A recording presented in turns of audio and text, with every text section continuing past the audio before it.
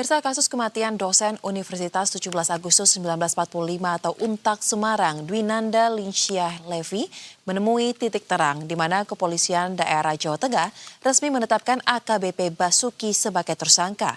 Ia terbukti melakukan kelalaian yang berujung pada meninggalnya korban.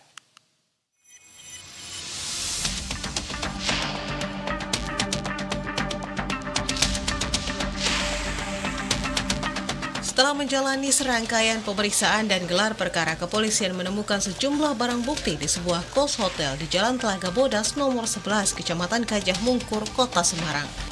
Penetapan tersangka dilakukan lebih dari 1 bulan setelah Levi ditemukan meninggal dunia di sebuah kamar hotel di Kota Semarang.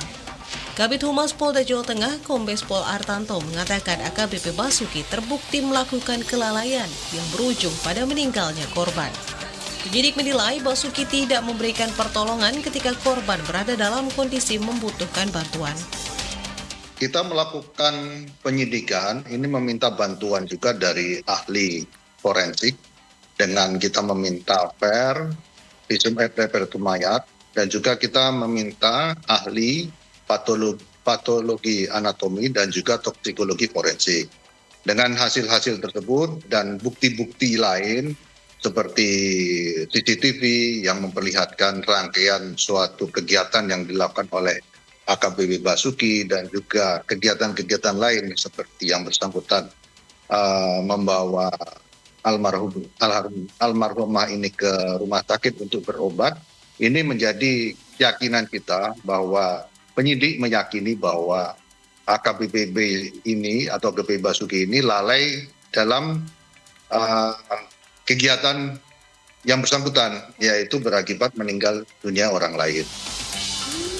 AKBP Basuki dijerat pasal 359 KUHP dan pasal 306 ayat 2 Junto 304 KUHP mengenai meninggalkan orang yang membutuhkan pertolongan dengan ancaman 9 tahun penjara. Penetapan AKBP Basuki sebagai tersangka dilakukan beberapa hari setelah yang bersangkutan mengajukan memori banding atas keputusan sidang Komisi Kode Etik Profesi Polri yang digelar pada 3 Desember 2025. Dalam sidang tersebut, AKBP Basuki terbukti melanggar 8 pasal Kode Etik Profesi Polri dan dijatuhi sanksi etik berupa pemberhentian dengan tidak hormat atau PTDH dan sanksi administratif berupa penempatan khusus atau patsus selama 30 hari. Dirinya ditahan di ruang tahanan khusus di Rumah Tahanan Polda Jateng sejak Rabu 19 November 2025. Diketahui AKBP Basuki menjabat sebagai Kepala Subdirektorat Pengendalian Massa Direktorat Samapta Polda Jawa Tengah. Ia menjadi saksi utama dalam kasus kematian dosen muda Dwinanda Linsyah Levi yang ditemukan meninggal tanpa busana di kamar kos hotel pada 17 November 2025. Hasil otopsi lisan menyatakan korban mengalami pecah jantung akibat aktivitas berlebihan sebelum ditemukan tidak bernyawa. Kuasa hukum keluarga korban Zainal Abidin Petir mengungkapkan bahwa AKBP Basuki mengetahui kondisi Levi yang tersengal-sengal sebelum meninggal dunia. Namun, karena kelelahan, AKBP Basuki tidak membawa Levi ke rumah sakit, melainkan tertidur. Tim Liputan, Berita 1.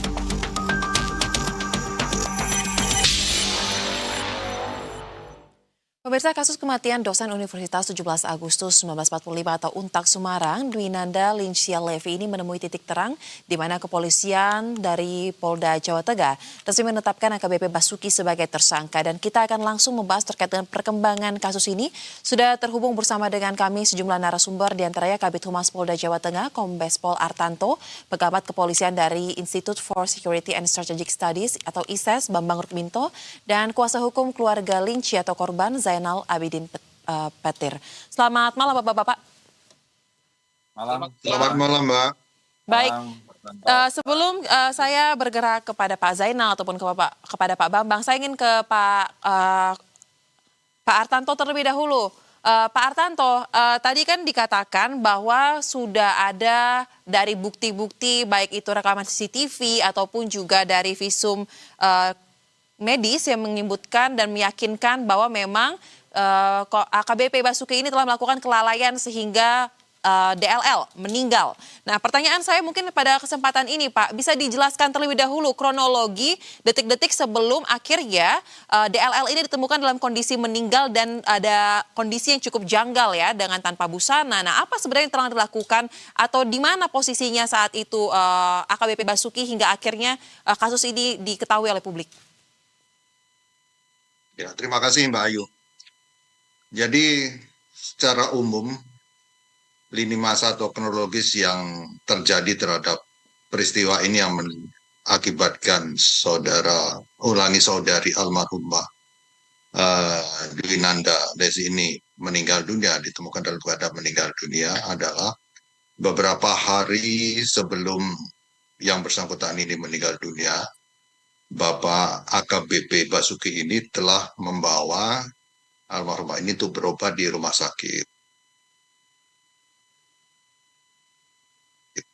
Dan pada saat hari meninggal itu, AKBP B dengan saudari Dwinanda ini satu kamar. Dan sore harinya, AKBP B ini sudah mengetahui bahwa almarhumah ini sudah sakit dengan rasa nyeri di badan. Kemudian malamnya mungkin tersengal-sengal dan paginya ditemukan dalam keadaan meninggal dunia. Dan AKBP B ini malam hari itu telah mengetahui yang bersangkutan almarhumah ini sakit, namun yang bersangkutan tetap tidur, walaupun satu kamar dengan almarhumah. Dan paginya AKBP bangun melihat menemukan almarhumah sudah dalam keadaan meninggal dunia dan dingin. Namun yang bersangkutan ini, AKBP B ini tidak segera menghubungi atau meminta bantuan pertolongan orang lain sebagaimana mestinya orang mengalami sesuatu peristiwa yang sangat penting, namun yang bersangkutan malah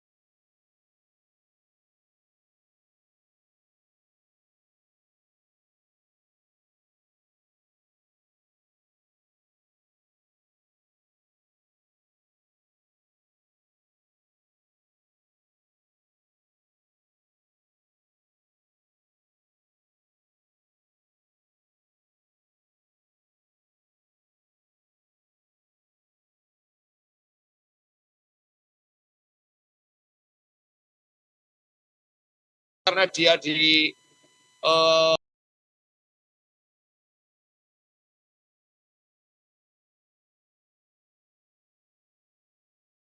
kemudian karena kecapean tertidur, pengakuannya jam 4 pagi ketika bangun melihat mayat dipegang itu sudah anyep, bahasanya anyep. Anyep itu sudah mati ya. Nah, matinya jam berapa? Ini mestinya juga nanti polisi menyampaikan. Apakah matinya itu jam 3 malam atau jam 1 malam?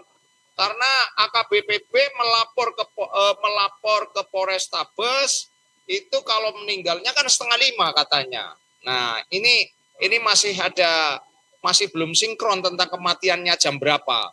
Tapi kalau habis dari rumah sakit memang iya. Di rumah sakit dia periksa Minggu pagi kira-kira jam 9, kemudian sampai jam 12-an diinfus. Setelah diinfus pulang, saya juga cross check dengan penyidik gitu ya. Setelah pulang itu masuk lagi ke kamar. Nah, Minggu malamnya itu terjadi tersengal-sengal, akhirnya Senin dini hari itu meninggal dunia. Baik, berarti kalau untuk kejanggalan yang masih tersisa adalah terkait dengan perbedaan jam ya Pak ya, yang belum sinkron ya. Perbedaan jam dan nanti disinkronkan dengan hasil pernyataan dari lapor dari tim forensik. Nah, tim forensik kan belum menyampaikan, baru bahasa itu kan bahasa verbal yang diterjemahkan menjadi bahasa penyidikan, kan begitu Pak Artanto nggih? Apakah meninggalnya karena awal itu ketika dibawa di rumah sakit, setelah diperiksa itu kan katanya pembuluh darah jantung itu pecah karena habis melakukan aktivitas yang berlebihan. Dulu kami bingung, aktivitas berlebihan berarti apa ya kalau malam-malam satu kamar cewek dan cowok kan gitu ya. Baik. Pikiran kami, wah ini apa? Ada apa gitu loh. Kemudian sampai seperti itu. Nah, kalau sampai ini nanti kan berkaitan dengan pasal yang akan disangkakan. Begitu. Kalau karena tadi sudah tahu sakit, harusnya bisa diselamatkan, dibiarkan, tidak memberikan pertolongan, maka pasal yang disampaikan Pak Artanto ya itu sudah cukup lega ya. Karena ancaman pidananya 9 tahun itu. Baik, Pak Zainal, jadi artinya pihak keluarga ini apakah sudah pernah menerima langsung kertas hasil visum ataupun autopsi dan mengetahui nggak sih sebenarnya Levi ini punya penyakit tertentu, riwayat penyakit tertentu dan ada kaitannya dengan kondisi jantungnya Levi? Kami belum mendapatkan hasil visum et repertum atau hasil dari kepolisian forensik itu kita belum mendapatkan. Dan keluarga ini kan hanya ada 2 saudara, kakaknya ada di Jakarta, sampai sekarang itu belum tahu kalau adiknya punya penyakit yang kalau seperti kan penyakit mematikan, karena ujuk-ujuk kok meninggal dunia kan gitu, jadi belum tahu. Baik. Nah, sebelum saya tanyakan konfirmasi kembali ke Pak Artanto, saya ingin mendapatkan perspektif mungkin dari Pak Bambang Rukminto. Jadi Pak Bambang, dengan apa yang tadi sudah disampaikan oleh Pak Artanto dan juga keterangan dari Pak Zainal, menurut Anda sebagai pengamat ISES ya, bagaimana penanganan atas kasus ini? Apakah ada catatan mungkin yang menurut Anda masih harus didalami dan harus disampaikan agar penanganan kasus ini tidak meninggalkan tanda tanya besar di akhirnya? Apalagi kita tahu ya, ada nama perwira menengah Polri yang lagi-lagi terlibat dalam pidana dan kali ini dalam kasus kematian dosen Untak. Silakan. Satu yang perlu saya perhatikan, saya mengapresiasi langkah yang dilakukan oleh kawan-kawan Polda Jawa Tengah ya terkait dengan penanganan kasus ini, terutama terkait dengan proses etik dan disiplin, karena biasanya proses sidang kode etik dan disiplin ini dilakukan setelah menunggu proses pidana. Tetapi dalam kasus ini kawan-kawan Polda Jawa Tengah sudah melakukan lebih dulu dan kemudian memberikan sanksi berat, yakni pemberhentian tidak dengan hormat. Hanya saja ini kan masih ada peluang untuk tersangka ini melakukan banding dan yang selama ini terjadi yang disorot oleh masyarakat, banding ini kemudian menganulir sanksi PTDH ini menjadi lebih ringan. Harapannya sih sanksi pemberhentian tidak dengan hormat ini akan menjadi vonis inkrah ya, selain juga menunggu proses pidananya. Tetapi kalau kemudian ini dianulir menjadi pemberhentian dengan hormat karena yang bersangkutan sudah menjelang 2 tahun pensiun, artinya sudah menjalani masa dinas yang sudah cukup lama, ini menjadi problem lagi karena apa yang dilakukan oleh pelaku ini adalah tindak pidana berat, yakni terkait dengan hilangnya nyawa seseorang. Memang kalau kita melihat proses penyelidikan kasus ini tampaknya sangat memakan waktu ya, hampir 1 bulan karena korban itu sudah ada, kematian itu sudah tampak dengan nyata, pelaku yang ada di sekeliling korban ini hanya seseorang AKBP Basuki ini saja. Tentu upaya untuk mempercepat itu ada, tetapi kita harus memahami bagaimana kawan-kawan kepolisian melakukan penyelidikan. Tentu hal itu juga harus disertai dengan bukti-bukti ilmiah yang bisa dipertanggungjawabkan. Makanya proses pidana ke depan ini memang kita tunggu sampai sejauh mana, sama seperti disampaikan oleh Pak Arifin tadi, masih banyak pertanyaan-pertanyaan yang muncul di masyarakat. Apa sih yang menjadi penyebab kematian korban ini? Apakah di situ ada zat-zat yang dikonsumsi oleh korban sehingga memunculkan aktivitas jantung yang berlebihan, misalnya seperti, atau hal-hal yang lain. Ini harusnya lebih diungkap, tetapi akan lebih bagus nanti di dalam persidangan itu terungkap, dan proses pidana ini yang kita tunggu.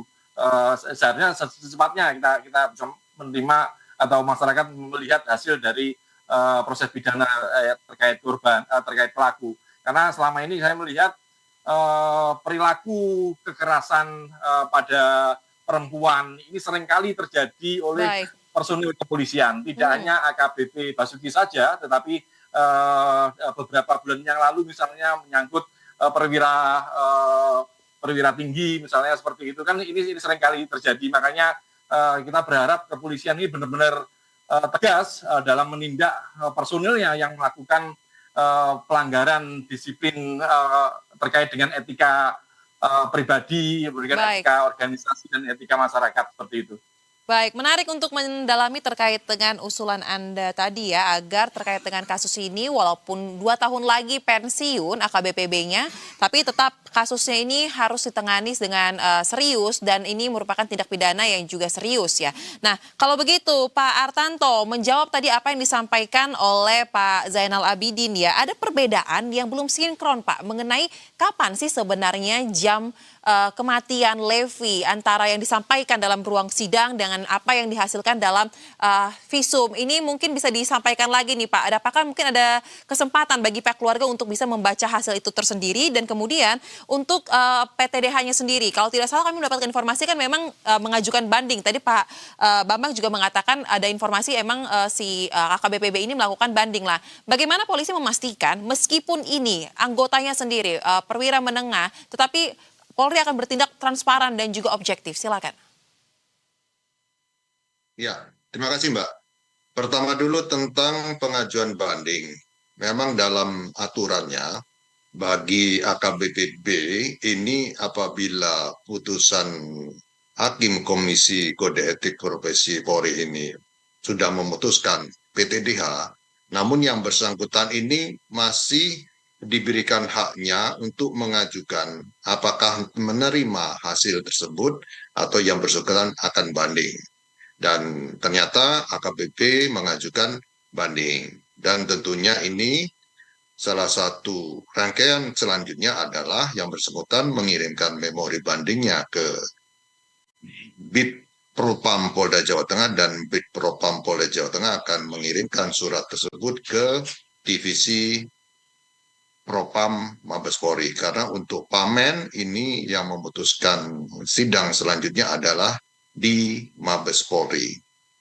Kemudian kedua, berkaitan dengan waktu kematian almarhumah, ini tentunya kita mempedomani apa yang sudah menjadi hasil atau keterangan dari dokter forensik yang melakukan FAIR terhadap almarhumah.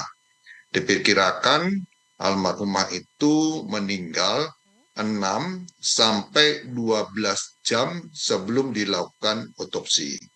Jadi ini masih harus kita dalami lagi kepada dokter forensik tersebut, khususnya nanti pada saat sidang pengadilan ini akan dijelaskan sejelas-jelasnya, sedetail mungkin oleh dokter forensik. Baik. Nah, ini yang kita tunggu juga kepada nanti pada saat hari H sidang tersebut. Baik, kalau begitu berkasnya udah P21 Pak artinya?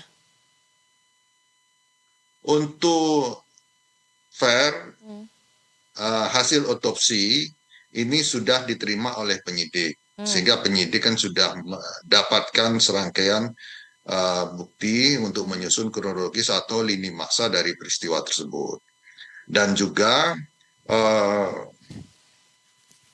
hasil daripada FAIR ini pihak dokter sudah dilakukan proses verbal, yaitu pemeriksaan untuk mengambil informasi atau bahasa yang mungkin kita tidak paham tentang bahasa kedokteran, kita tuangkan dalam bahasa yang lebih umum.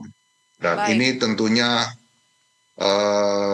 nanti pada saat sidang pengadilan, dokter forensik akan menjelaskan sedetail-detailnya. Demikian. Baik, berarti kita tunggu ya bagaimana nanti ketika kasus ini akan naik ke meja hijau. Pak Zainal, silahkan kami berikan kesempatan untuk juga menjadi perantara dari pihak keluarga dengan kasus yang sudah berjalan sampai dengan di titik ini. Apa mungkin yang diharapkan keluarga dalam hari-hari ke depan atas pengungkapan kematian dari Levi? Silahkan. Pak Zainal, mohon maaf kami belum bisa mendengar audio Anda. Boleh dipastikan sudah terbuka terlebih dahulu?